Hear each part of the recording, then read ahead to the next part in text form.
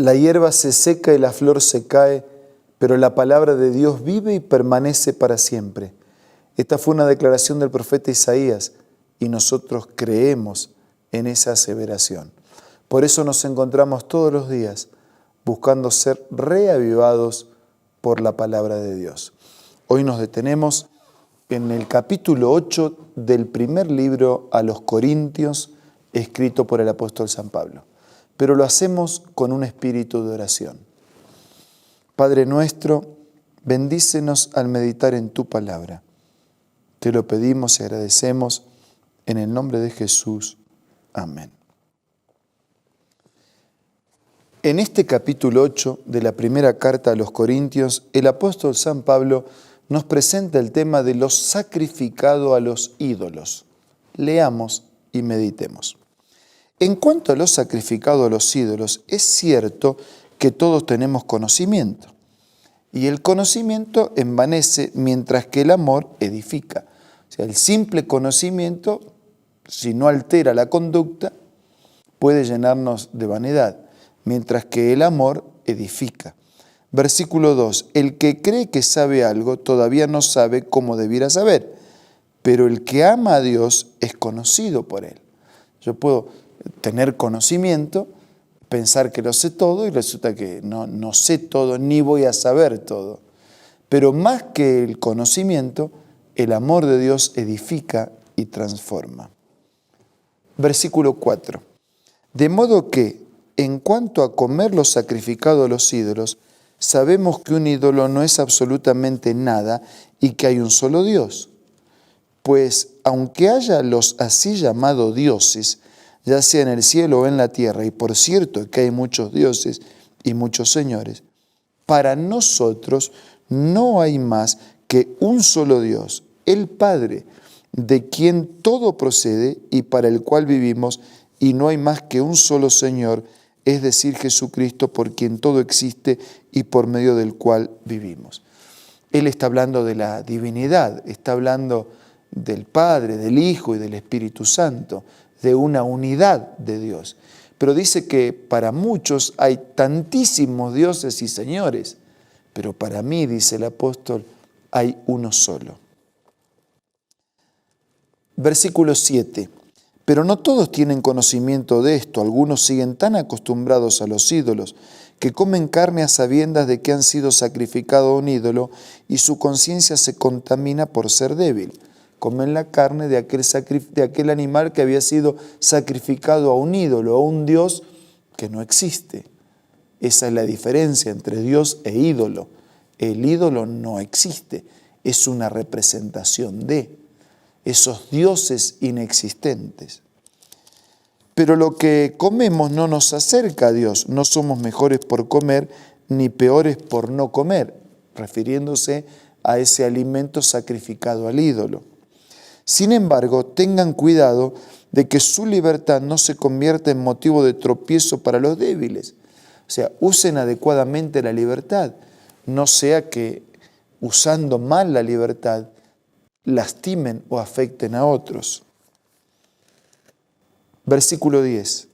Porque si alguien de conciencia débil te ve a ti, que tienes este conocimiento, comer en el templo de un ídolo, ¿no se sentirá animado a comer lo que ha sido sacrificado a los ídolos? Entonces, ese hermano débil, por quien Cristo murió, se perderá a causa de tu conocimiento.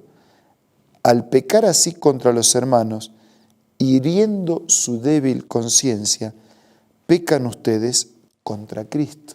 Entonces Pablo dice, mire, Dios hay uno solo, el Padre de quien depende todas las cosas, su Hijo Jesucristo por quien todo existe y por quien vivimos.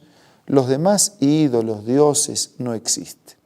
Ahora, existía en aquellos días la costumbre, ¿no?, de ofrecer a esos ídolos y después terminar comiendo de esa carne que había sido ofrecida a ese Dios. Y entonces él dice, eso no hace daño ni hace bien, pero podría ser que a alguien le haga daño.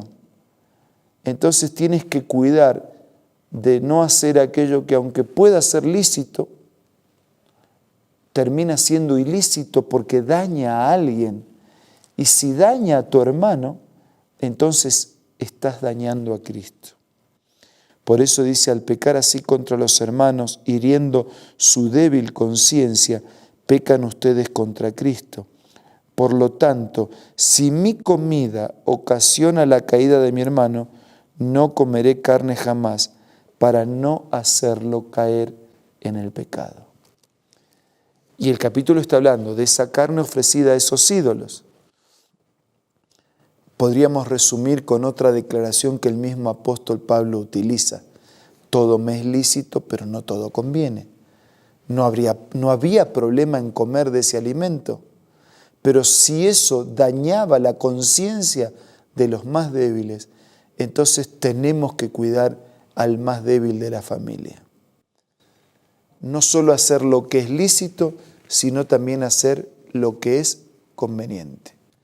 Y si hay algún tema vinculado a este capítulo, en cualquier otra esfera, que es correcto, pero que por alguna razón terminamos dañando a otros, nada mejor entonces que detenernos, nada mejor que dejarlo a un lado y cuidar de la conciencia del más débil. Por supuesto que no podemos vivir dependiendo de la opinión de todos los demás. Y en última y en primera instancia tenemos que someternos a la opinión y a la voluntad de Dios. Un Dios que es claro en sus mensajes, en sus mandamientos y en el camino que tenemos que seguir. Y ese camino que tenemos que seguir incluye también el ser solidario, el ser compañeros, el ser respetuosos, el ser éticos, el cuidar de los más débiles y no hacer nada que termine dañando a otros. Por eso vamos a buscar el mejor conocimiento y vamos a aplicar el mejor conocimiento. Esa es la gran diferencia entre conocer y sabiduría.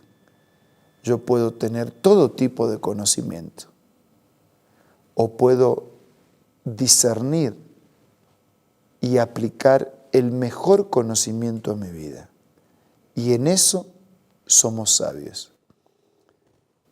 ¿Y quién es sabio? ¿Dónde encontramos el mejor conocimiento para aplicar a nuestra vida? En la Biblia, en la palabra de Dios, en el mensaje de la Escritura, en las enseñanzas de Jesús, en las expresiones de su voluntad. Allí encontramos conocimiento que aplicado nos hace sabios. La aplicación del mejor conocimiento nos transforma en sabios. La mejor actitud y la mejor disposición en considerar a nuestro hermano más pequeño nos hace sabios, porque el que se humilla será ensalzado, pero el que se ensalza será humillado. Que Dios nos dé el mejor espíritu para hacer lo mejor en este día, que también supla todas nuestras necesidades y su bendición multiplicadamente alcance nuestras vidas, nuestras familias y todos los que lo necesitan. Ahora vamos a orar.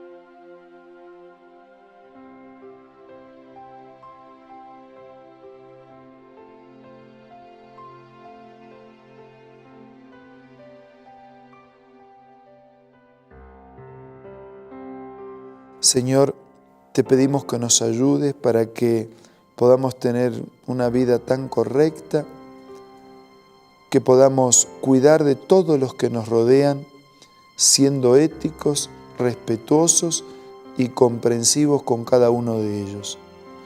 Pero que al mismo tiempo podamos ser éticos y respetuosos contigo, tomando tu palabra e incorporándola en plenitud en nuestra vida. Y en la medida que sintonicemos contigo, vamos a poder sintonizar con los demás. Y si en algún lugar el conflicto nos atrapa, podamos priorizar hacer tu voluntad antes que la mía y antes que la de los demás. Bendice a todos nuestros amigos, bendice a todos nuestros hermanos. Te lo pido, te lo agradezco en el nombre de Jesús. Amén. Muchas gracias por su compañía de todos los días. Nos reencontramos mañana para seguir siendo reavivados por la palabra del Señor.